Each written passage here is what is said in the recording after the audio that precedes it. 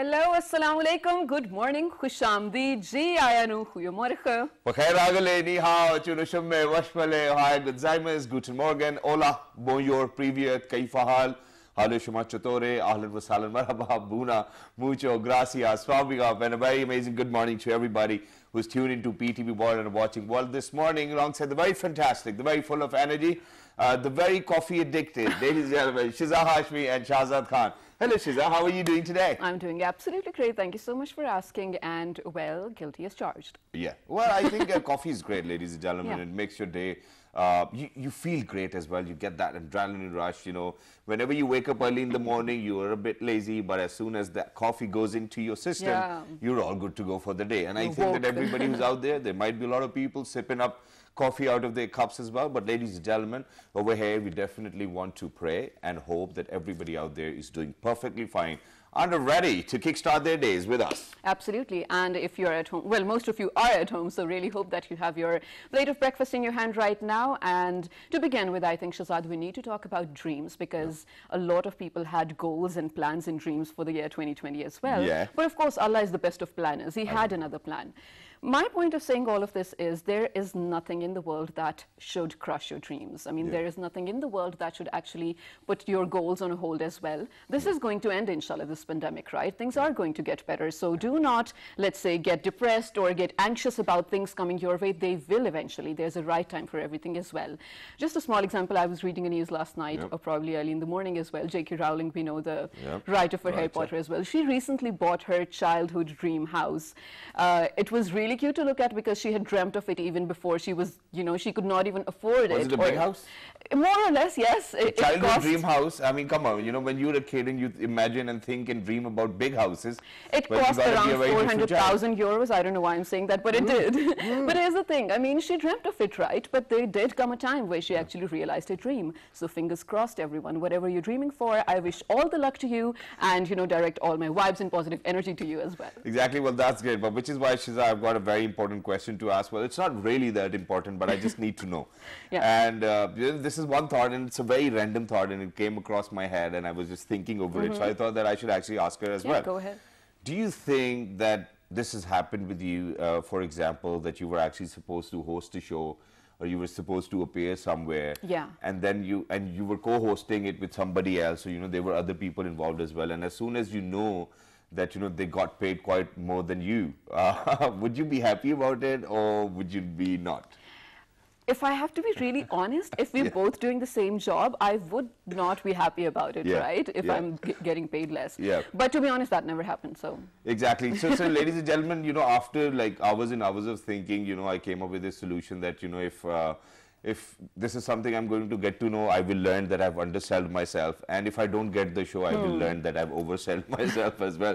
So please make sure that you're always somewhere in the middle as well. But I think it was an interesting question in everybody's life, you know, somehow revolve around the money. I mean, no matter what people say, but ladies and gentlemen, this is a harsh reality. We have seen in recent days as well that people have taken on new businesses, which is a great idea. Everybody's almost making PPEs, everybody's making masks.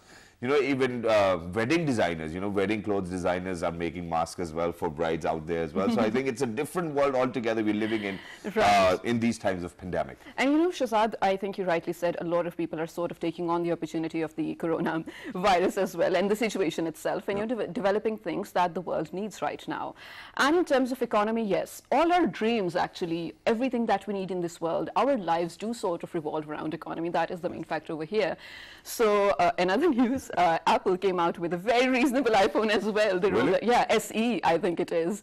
And well, it was specifically built for this time so that people who are actually going through economic losses can, well, still, can still boost Apple's business, but, you know, get a phone to themselves as well. It's funny how people will find opportunities, but, you know, sort of put the name of serving the world as well. Yeah, thank you very much for saying that. And adding on to that, ladies and gentlemen, I think whatever money you have with you right now, you really need to sit on that because you don't know how things are going to be. But other than that, I just want to relate it with the scenario over here in Pakistan. Now, ladies and gentlemen, as of today, we have somewhat 6,200 or 300 cases of coronavirus, and I mean positive cases. But ladies and gentlemen, I think that there's one more thing, and there's a debate which is going on for a longer period of time. and that is that we are not testing people. You know, we are only testing people who are showing up with symptoms as well. So there's this one thing which I cannot get my head around, and that is, how are we actually going to control this pandemic when we're not even aware how many cases we have inside the country? Right. And they're saying that, you know, that we will actually attain this ability of doing 1,000 tests per day. But if it's going to take a little longer, I think that it's a warning sign, ladies and gentlemen. Right. And everybody needs to get tested over here. Nobody should be left out. Absolutely, and Shahzad, there are, you know, thermal screenings going on in so many places as well, even outside our building and everything. But I think this is probably ignorant of me, but I don't understand how that, yes, you will probably come to know about the temperature if something may be wrong with the, you know, symptomatic stuff, but is that going to really help in testing if someone is corona positive or not? These are some of the very basic FAQs I need to ask someone very apt. Exactly. Thank you very much for saying that. And one more observation, ladies and gentlemen, I even have a video of that, and that is that, you know, with a lot of public institutions, I've seen that they're actually taking all the precaution measures. But I think that there needs to be somebody who's very sensible in terms of getting the entire building or the infrastructure disinfected. Because yesterday I saw a video of this fire brigade trailer, which was actually in a public institution, and all they were doing was watering plants. And you know, to my knowledge, what I knew was that, you know, it should actually be the places where people are touching, people are sitting. What's the point of disinfecting the outside garden? I mean, I think everybody needs to disinfect the inside of the building where people are coming in and going out. So please don't do that. We really need very intelligent and wise people in administering all of these actions as well. And if somebody's going to ask me where did that happen, I will let you know, but in person. But very quickly, ladies and gentlemen, we really need to talk about the screening processes, how screening is taking place. In between, there was this news that, you know, not a lot, but a few of the testing kits weren't really up to the mark. So you never know whether the test results which came in were good or not. Then there are different laboratories who are doing all of these tests as well. I got confused myself before getting myself tested, even though I didn't, because I didn't have any symptoms after the quarantine. But then I think that everybody needs to look into it, and who needs to get themselves tested. I think that this is one of those questions which needs to be answered as well. And to get that answered, ladies and gentlemen, we are very lucky that we've actually been joined by somebody who's a very regular on the show, first of all, a very apt doctor. She's affiliated with different labs as well. She's the medical correspondent for the Radio 89.4, which is an ISPR's initiative as well. And you know, there's a lot more to her profile, ladies and gentlemen, but today she's actually going to be a physician over here, and she's none other than Dr. Tahira Shahid. Hello, assalamu alaikum, good morning. Walaikum salam, thank you. Thank you very much for joining us, and it's wonderful to have you. But first things first, before I ask you any question, I want to know, how do you think that the initiatives taken by Pakistani government in order to curb the pandemic are on point, or do you think that there needs to be a little more? I think personally that they are on point. Like, we are prepared more than any other developed nation. And the way we are responding to it, that just proves how well prepared we are. And we're lucky enough that we got some time as well. And being a nation that is not economically or developed or even technologically as developed as the rest, we have taken some really good measures. I think the way they've you know, really rushed it all up, the lockdown, despite all the resentment, despite the lack of civil sense in our society, all the measures that have been taken are pretty positive. Yes, we cannot achieve everything the way it should be achieved. A lot of people are not following stuff the way it should be achieved. We don't have enough resources. But in our available resources, I'd really like to appreciate our government initiatives, because they are actually doing something. They didn't just turn a blind eye towards it, and they are doing a lot. And all these measures that, you know, all these awareness campaigns you see out there, how people are being actually screened, and they've created, like, in every district headquarter and in every tertiary hospital, there is a facility for testing. Even though people might not know about it, but there is a facility that is available for testing. And even if somebody is tested positive, then there are designated isolation centers or quarantines for them. There are also quarantine centers for people coming over, you know, coming from abroad, and they're ensuring that they stay there for the 2 weeks, and then once they are cleared, then they're allowed to move out in the public. That's another thing, that our public or our people as such do not, are rebellious by nature. They somehow are not very obedient. They don't have the concept of civil obedience, and they don't also they're not very, accustomed to the idea that somebody tells them to, refrain themselves from something and they follow it.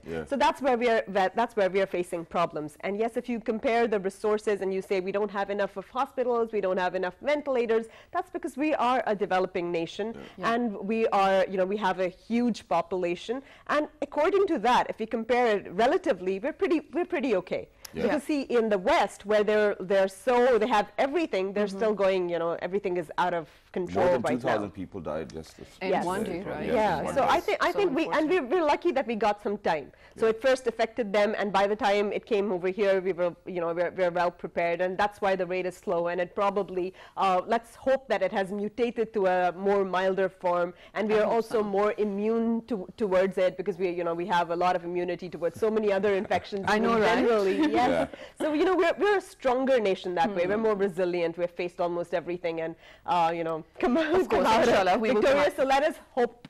Yes, that we will come out of it stronger. And just before Shiza shoots her question as well, just ladies and gentlemen, one simple thing which Dr. Taira has mentioned, that we might have stronger immune system, but that does not mean that corona is actually going to spare us. Please make sure that you take all the precaution measures, and then obviously you can have faith in Allah that nothing's going to happen to me. Okay? Yeah, absolutely. But here's the thing, Dr. Taira, I do want to get into the detail of all the things that you mentioned, tests and screening and whatnot. But right now, I want people to hear the story, firsthand sort of the actual things that you're doing. You being a working mom, and how do you deal with your kids at home, and dealing with the entire quarantine situation first of all, and then going to work regularly, coming back home. How are you making your family safe, and what are some of the precautionary measures that you yourself are taking? That's a brilliant question, and you being a doctor yourself, you're exposed to it all day long. Yeah. In this regard, I'd really like to explain, people have a very wrong idea about how they use PPE. Okay. But whether it's a mask, or whether it's gloves, or whether it's that attire that you're wearing, you have to remove it from when you are moving out of the place of contamination. You cannot be wearing that same thing from home to that place all along the way, get into that contaminated place, carry all that contamination, and travel back with it. So there have to be specific dresses that are to be worn when you enter the office, and that dress needs to be removed when you leave that office, and that has to be disinfected or changed or disposed accordingly. And the same way, everything needs to be disinfected once you're entering your house. So only one member of your family who is the bread earner, or who is a frontline worker, or who is doing something that is, that cannot be stopped, needs to be going out of the house. And that person, when they come back, they change into their other clothes, they take a warm shower, they wash themselves with soap and everything, and they disinfect everything on a regular basis. So if you maintain it that way, and you make sure that, even no matter how much you want to hug your child or kiss them, you maintain a little bit distance these days if you're the frontline worker. So I think these basic precautions are sufficient for now. But if things get worse, then obviously you have to take a little more, you have to go a little ahead. Extreme with isolation. And it is indeed a little hard to stay away from your kids, ladies and gentlemen, we definitely have to admit. But one more thing, and that is, since we've mentioned that not everybody is getting tested over here in Pakistan. So let's just be clear on this. Who needs to get themselves screened in the first place? All right, so I'll tell you, this is a very new disease, right? It came out in December, and before that there were no studies on it, there was no research, and the moment it came out and the outbreak was so sudden that people were so overwhelmed by it that, the research couldn't take place at that rate because of the lockdown and everything. That is why you must have noticed that even whatever was coming out of WHO kept changing over time. First they said you don't need masks, then they said you need masks, and it came, the information we were getting was so variant. Right, so people got confused, airborne, right? So yes, so people got confused. But the problem is nobody was completely wrong, neither were they completely right. They were just trying their luck, and they were saying, okay, this thing worked out here, so let's say this thing worked out there. And another thing was the lack of resources. Tests were not available. They were not even sure what kind of tests are there. Now, basically, there are 3 tests that are out there in the market that people are mentioning, right? The most reliable of them is the PCR test, right? It's the polymerase chain reaction fashion test. Now, what is this test? This virus is an RNA virus. So there's one RNA, ribose nucleic acid. So what happens is they take a nasal swab, a swab from your nose, or they take it from your throat, right? Somebody takes that swab, a proper professional who is, covered in proper protective gear and who knows how to store that sample and take it to the main lab. And then he makes sure that his PPE isn't contaminated when he transports himself as well to the lab. In that biosafety level lab 2, which means it's a designated lab for this, what happens is that this sample is, there are a few reagents that are going to convert, reverse transcriptase. It's going to convert that RNA into a DNA. Then there's another reagent that's going to multiplicate that DNA. And then there will be enough of that DNA which can, be dyed and viewed under the microscope to so that somebody can detect if that genetic material is inside a person. So that is the most definitive test, right? So you for sure know that, okay, that genetic material of a virus is present inside the person. And is it available? Like it is available. It is available. This is the test that was actually approved by the WHO. This is the test that our government had ordered all the kits for. These are the tests. So like one kit would have 900 tests, so capable of, and we have a lot of kits, right? So this is the test that they were advertising from the start, and every tertiary care hospital or district headquarter had the sample collection facility. So somebody can go there, get the sample collected, and then this goes to the main lab in, for example, NIH in Islamabad and many others in all over Punjab. How long does it take to get the results back? It's a 2 or 3 hour process, but you get it within 24 hours, the result is out, right? So now, but the process is that once somebody has the symptoms and they go and they get themselves tested and the government tests them and the result comes out positive, then the government knows that this person has to be isolated, right? No, but hold on, Dr. Taira, one thing that I need you to add over here. Who are those people who will be prioritized in terms of testing as well? Because not everyone is getting the facility. Yes, because they're like all around the world, these reagents were not available. These kits were not available. They were expensive and they're short. That is why even countries like America could not test as many people. As many people as they should have. So they are always suggesting that, and there is no treatment. So in case what happens is we see things in the broader picture, right? If somebody does not have symptoms that are actually threatening, then they don't really need to get tested. For example, he could have a common cold, he could have a pollen allergy, he could have something that's just common normal influenza. So they don't really need to get tested. But if somebody has the symptoms, for example, somebody has the fever and they have the muscle ache and they have the dry cough and they are, some people are very anxious and some people need to join back a certain organization, or somebody wants to make sure that they're not infected. Number one, those, or the ones that the doctor has actually told them, no, you know what, you have been exposed to, you're a healthcare worker, you're a frontline worker, or you have interacted with somebody who's traveled from abroad, or you have come from abroad yourself, or you're, you already have some comorbid conditions, for example, diabetes, heart disease, liver disease, or you're in that age group and you're kind of suspecting that I might have it. So then it is always good to get tested because you can be sure, and you can then isolate yourself. You can quarantine yourself for those 14 days. Now, the thing why they were discouraging testing in the beginning was it was not available. And second, there is no treatment of this thing, right? So even if they do get tested, there is no real treatment that they can go for.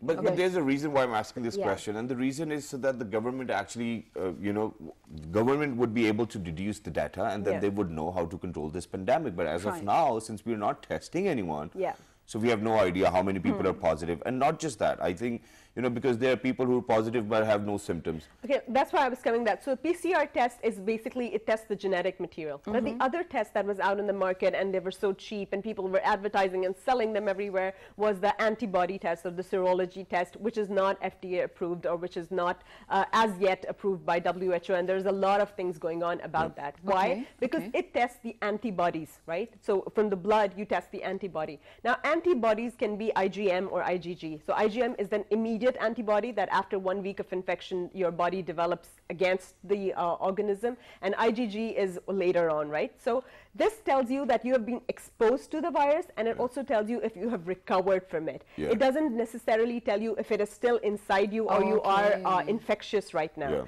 That is why it was discouraged. And then the specificity and the sensitivity. So there are two things, right? In a population, you need to see if a test is specific or it's sensitive or if it's accurate, and there are not too many false positives or false negatives because they're going to mislead, right? Because the point of thing is you have to derive the data as to how many of you have been infected it, how many of you are actually carrying the virus, Right. and how many of you have actually recovered from it. So only then a data can be actually formulated in a certain country and a trend studied or set, and all these measures that we are taking, building hospitals and ordering so many Right. ventilators or whatsoever, they would make sense only after we have this real strong data with us. Exactly. All right, but Yeah. Dr. Thaira, I don't know if there's a yes or no to the question, but we heard and we read a lot that the recovery rate for coronavirus, if you do develop it, is 97%. Yes, is it true? Yes, it is true. That is Okay. why we should not panic about it, but we should be very careful of containing it. Yeah. We don't want to spread the infection. That is very, very don't want to be important. carriers. Yes,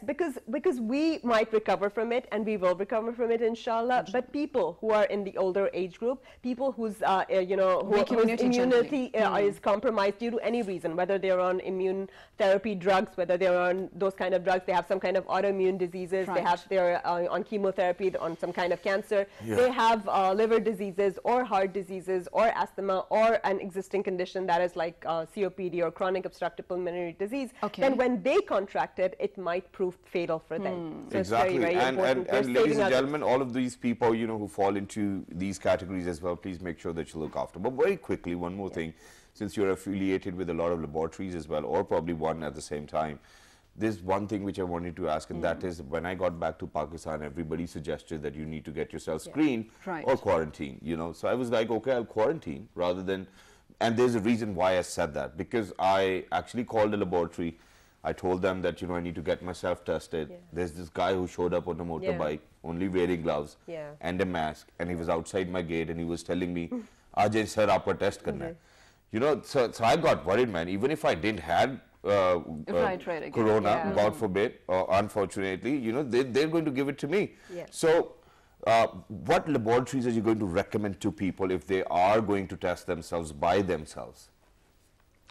Okay, so now there are government ones and there are private ones, right? I'm not going to name any private ones. And is it safe to have a rider coming up on a bike not wearing anything? It is not safe to have that, because you really don't know if the rider is actually dressed in the proper PPE, if the rider is actually screened himself, if the rider is not going to, is going to collect the sample correctly, is going to transport it correctly, and then the sample is going to be disposed correctly or not, right? Okay. But if you, so I cannot sit here and advise or propagate a certain lab or talk against the others. Okay, maybe you can tell us the conditions that we should, Yes, but what I can tell you is, SOPs. the SOPs are that if a person is coming to you, right, first of all, he comes from a lab that is standard enough, and he has a certificate that says that he is not a carrier by any means, and he's clear. And then he's covered in that every protective gear when he comes and he takes that sample from you in a closed space, right? And after he collects that sample, he changes into another gear before he travels.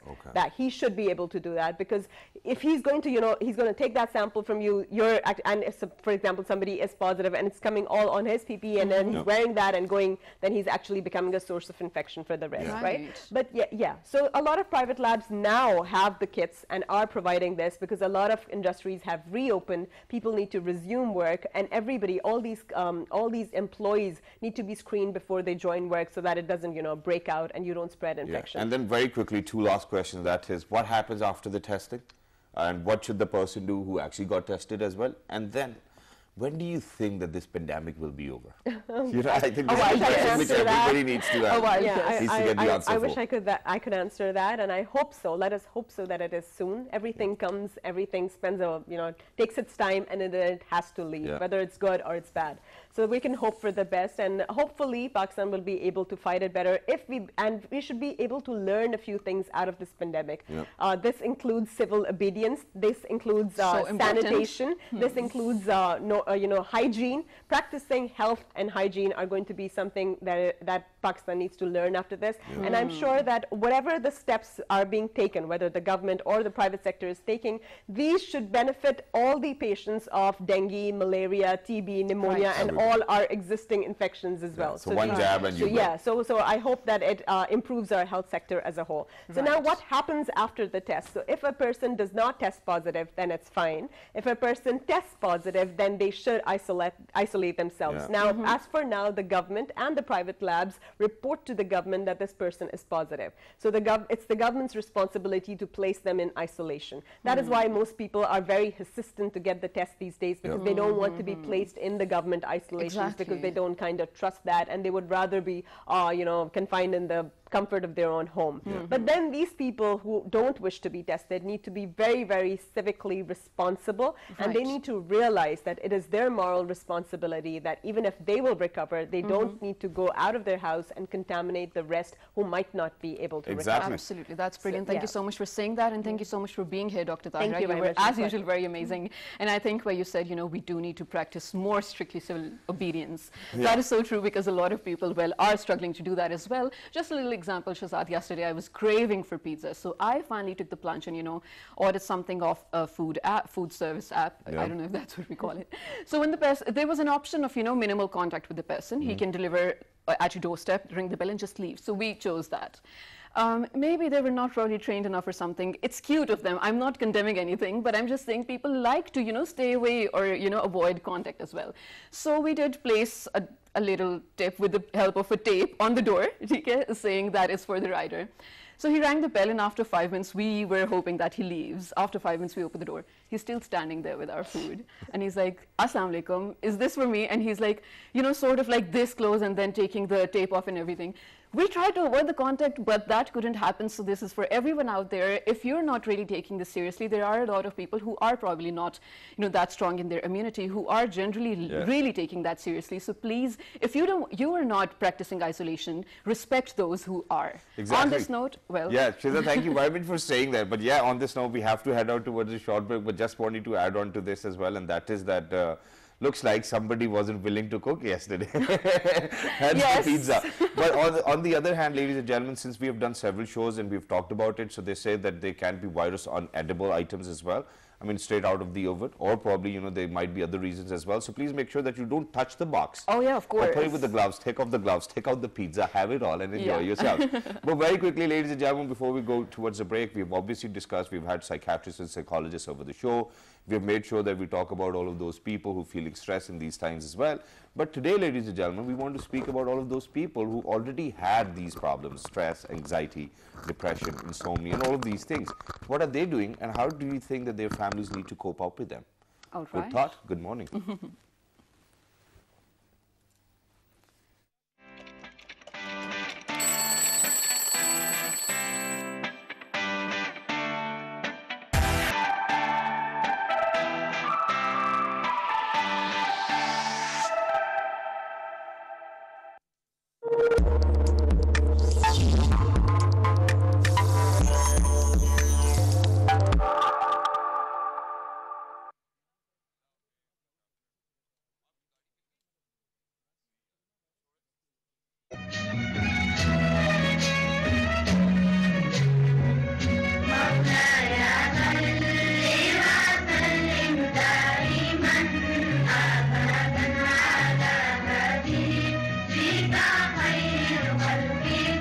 The Badshai Mosque, or the Royal Mosque in Lahore, commissioned by the 6th Mughal Emperor Aurangzeb in 1671 and completed in 1673, is the second largest mosque in Pakistan and South Asia and the 5th largest mosque in the world. Epitomizing the beauty, passion and grandeur of the Mughal era. It is Lahore's most famous landmark and a major tourist attraction.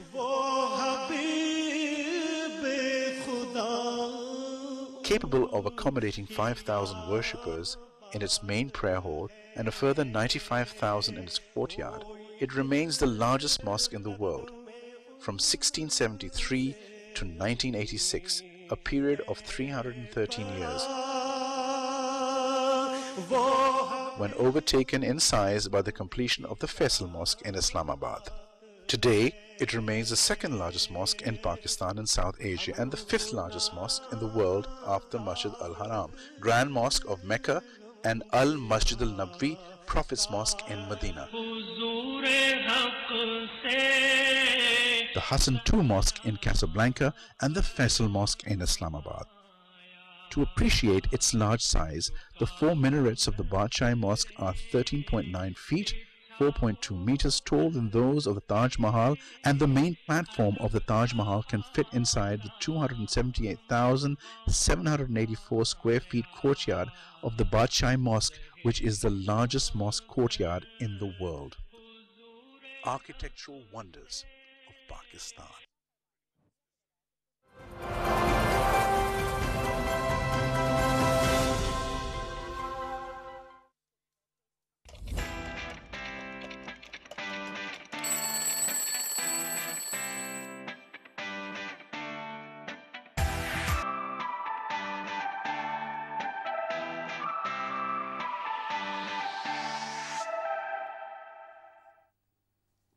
Welcome back to Well This Morning, ladies and gentlemen, with the super energetic and the very inspirational Shahzad Khan and Shahzad Hashmi.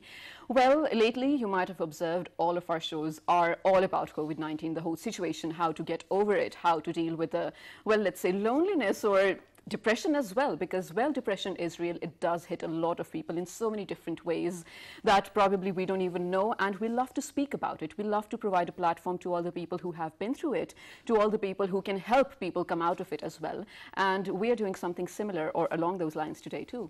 Exactly. Thank you very much, Shahzad, for pointing us in the right direction as well. And for everybody who's out there, ladies and gentlemen, we've pretty much discussed how people have had an impact of the COVID-19 and the pandemic which is going on, and how the situations have changed drastically for people.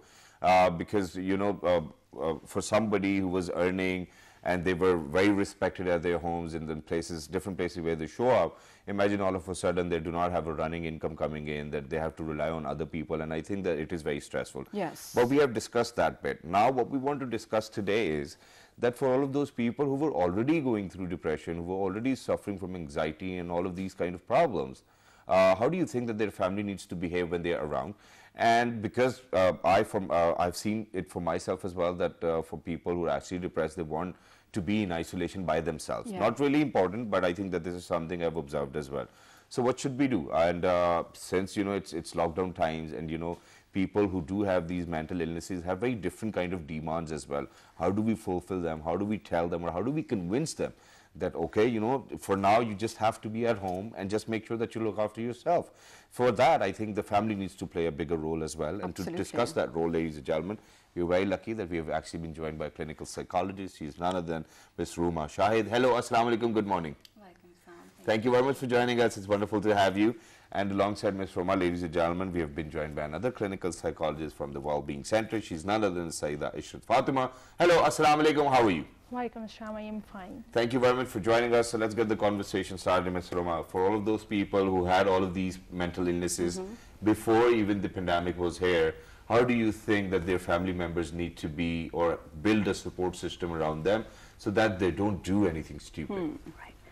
So isolation during this quarantine period can lead to so many problems. First of all, it makes the person feel that they have no control over their life anymore. Yeah. Second of all, it also makes you feel very helpless during this time, because you're not doing things that you once used to do, which again makes you feel very helpless.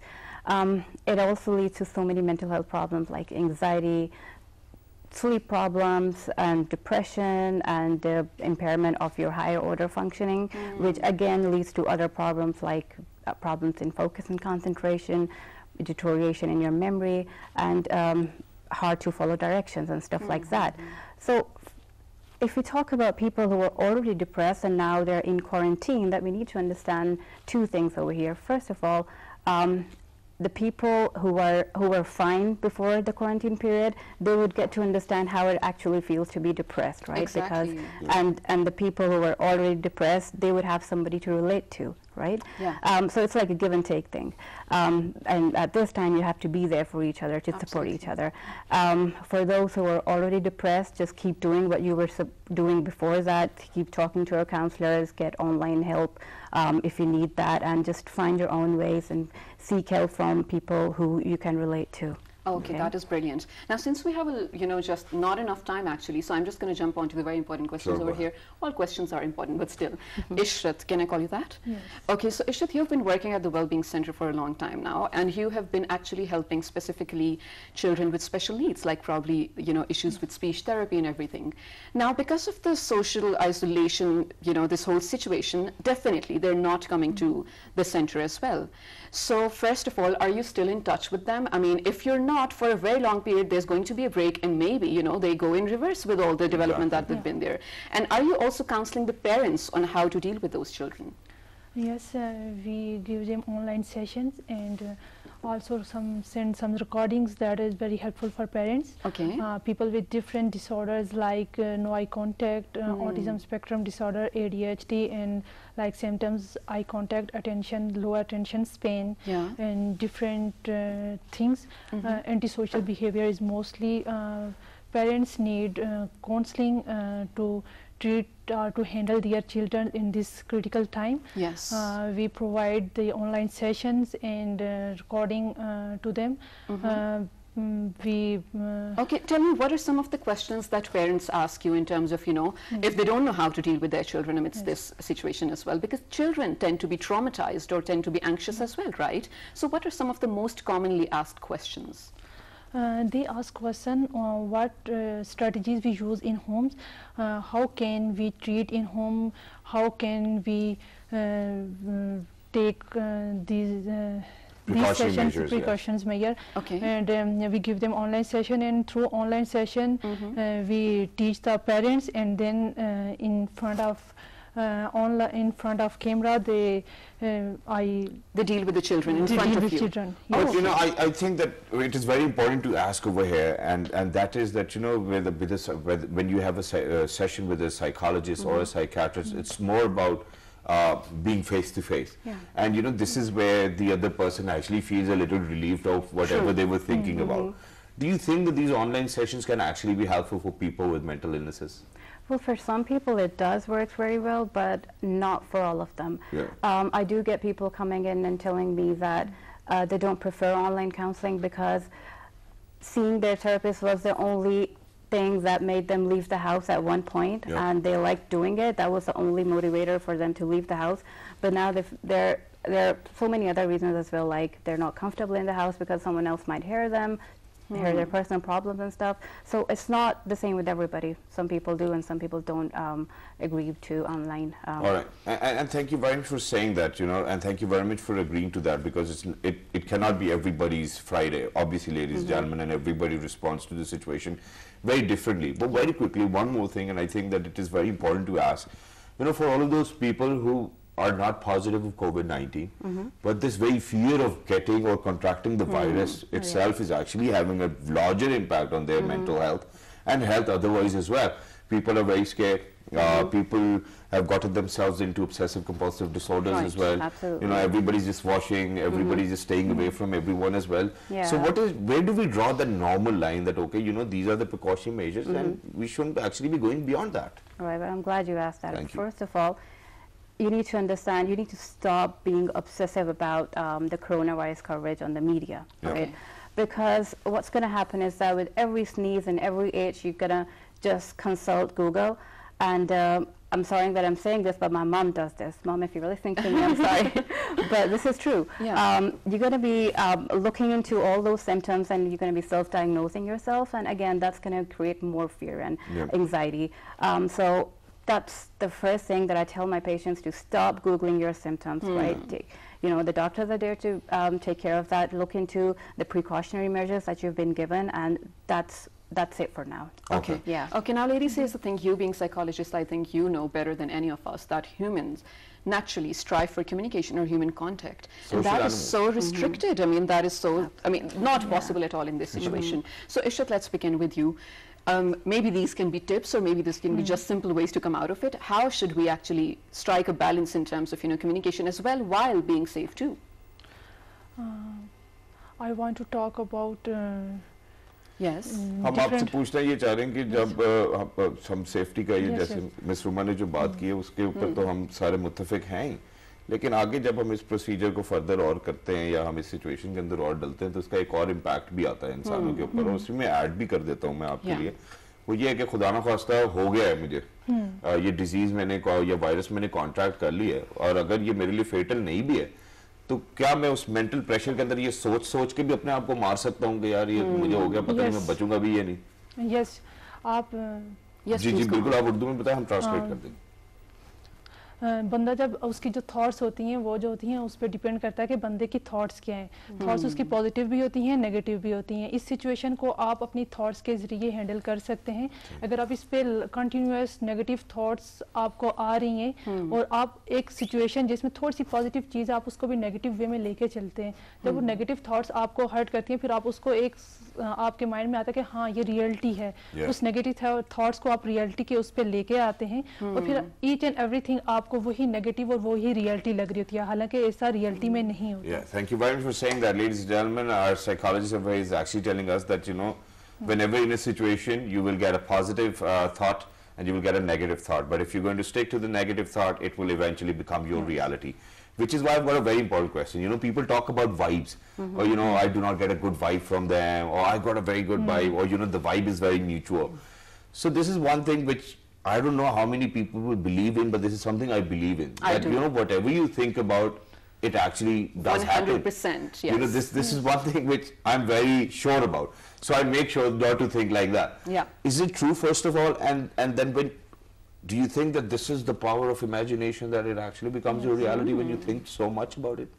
I like where this is going. And I like the way you said it. Yeah. That is actually true. And another thing that comes with it is that with a positive mindset, you can just conquer anything. Oh yeah, of course. That's true. Do you want to add something? Positive. I add something. There is a positive. Your belief system is very important. Yeah. If you believe in positive things, then you positive things are in your life, and if you believe in negative things, there is negative things in your life. Yeah, thank you very much. Yeah, Roma, please Roma, did I continue. cut you off? Were you saying something? No. Okay, perfect. But here's the thing, you know, I think you guys will believe this, of course you will. People who are already suffering with depression or any sort of, you know, mental, let's say, disability, I want to say not disability, but, you know, Mental issues.